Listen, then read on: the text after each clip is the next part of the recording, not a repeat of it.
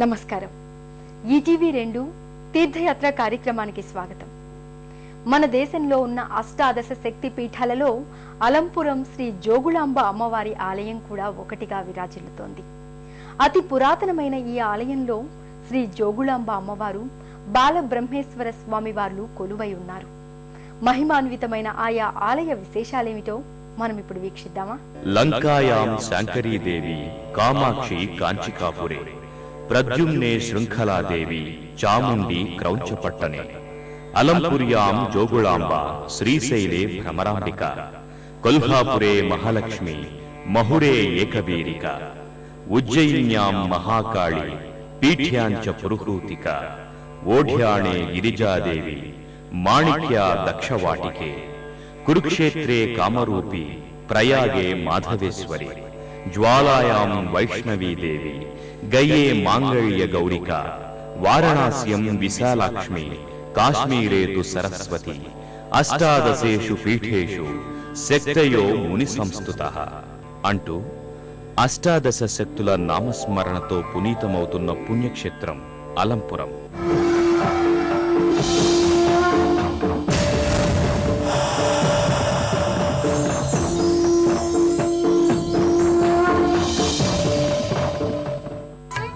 దేశంలోని అష్టాదశ శక్తిపీఠాలలో ఒకటిగా 5వ శక్తిపీఠంగా విరాజిల్లుతున్న ఈ దివ్యక్షేత్రంలో సాక్షాత్తు జోగులాంబ అమ్మవారు, బాలబ్రహ్మేశ్వర స్వామి వార్లు కొలువై ఉన్నారు.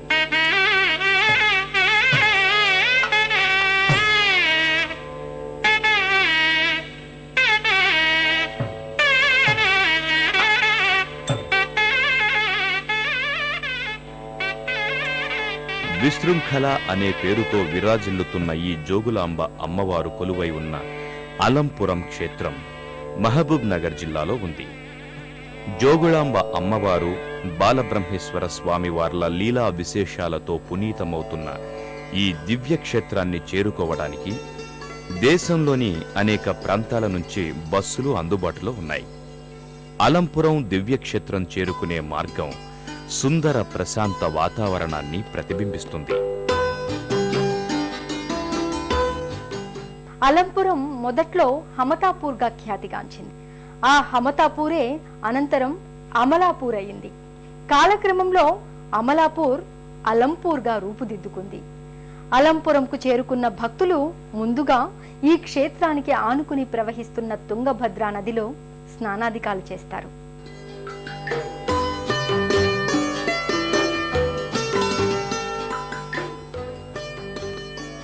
తుంగభద్రా నదీమ తల్లి ఒడ్డున ఉన్న ఈ దివ్యక్షేత్రాన్ని చేరుకున్న భక్తులు ముందుగా ఆలయానికి సమీపంలో ఉన్న తుంగభద్రా నదిలో స్నానాధికాలు ముగిస్తారు.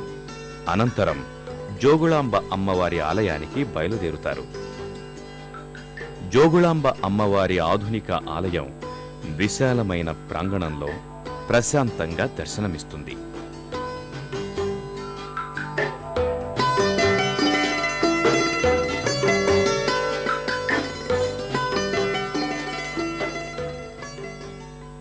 అలంపురం ప్రాంతం క్రీస్తు శకం 566 నుండి 757 వరకు బాదామి చాళుక్యుల ఏలుబడిలో ఉండేది.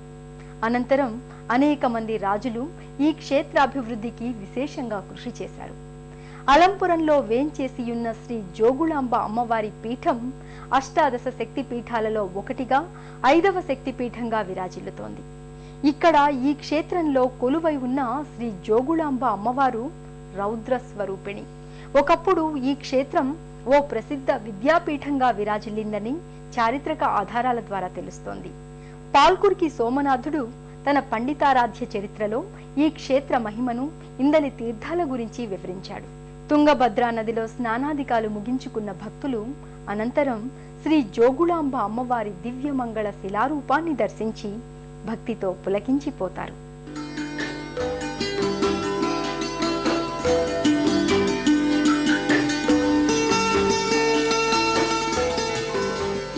ఆలయ ప్రాంగణంలోకి చేరుకున్న భక్తులు జోగులాంబ అమ్మవారిని మనసా వాచా తలుస్తూ గర్భాలయంలోకి చేరుకుంటారు.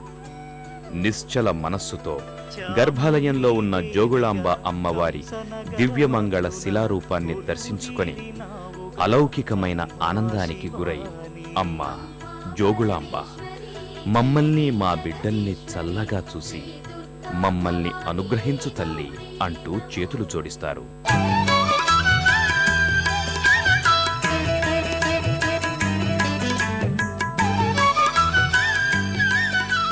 జోగులాంబదేవియై అలంపురమునందున అలరారే తల్లివే, ఆది పరాశక్తివే.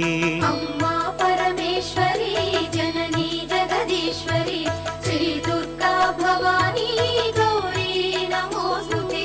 భ్రమరాంబిక రూపుతో శ్రీశైల క్షేత్రములో మల్లికార్జుని మదిలో విలసిల్లే తల్లివే. అమ్మా పరమేశ్వరి జననీ జగదీశ్వరి శ్రీ దుర్గా భవానీ గౌరీ నమోస్తుతే. మహాలక్ష్మి తేజమై కొల్హాపురమందున కళలోలికే తల్లివే, జననీ కళ్యాణి. అమ్మా పరమేశ్వరి జననీ జగదీశ్వరి శ్రీ దుర్గా భవానీ గౌరీ నమోస్తుతే. అష్టాదశ శక్తిపీఠాలలో అమ్మవారి జోగులాంబ అనే అమ్మవారు పంచమ శక్తిపీఠంగా ఇక్కడ వెలిశారు.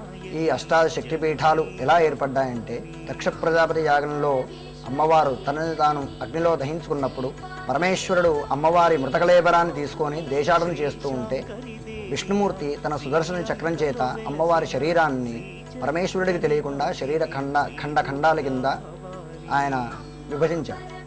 ఆ ఖండాల్లో ఒక ఖండం ఇక్కడ పడ్డది. ఎక్కడెక్కడైతే అమ్మవారి ఖండాలు పడ్డాయో అవన్నీ శక్తిపీఠాల కింద ఆవిర్భవించాయి. ఇక్కడ అమ్మవారిది పై దంత పంక్తి, ఈ పై పళ్ళ సెట్ వచ్చి ఇక్కడ పడిందండి అమ్మవారు. కింది దంత పంక్తి కన్నా పై దంత పంక్తి కాస్త ఉష్ణంగా ఉంటున్నది కాబట్టి, ఆ స్వరూపం కాబట్టి అమ్మవారు చాలా వేడిగా ఉంటారు. తాపస్వరూపి అంటారు. అందరి స్త్రీ దేవతలకు కూడా వెంట్రుకలు వెనక్కుంటే, ఈ అమ్మవారికి మాత్రం వెంట్రుకలు పైకి ఉంటాయి. దాన్ని జట అంటారు.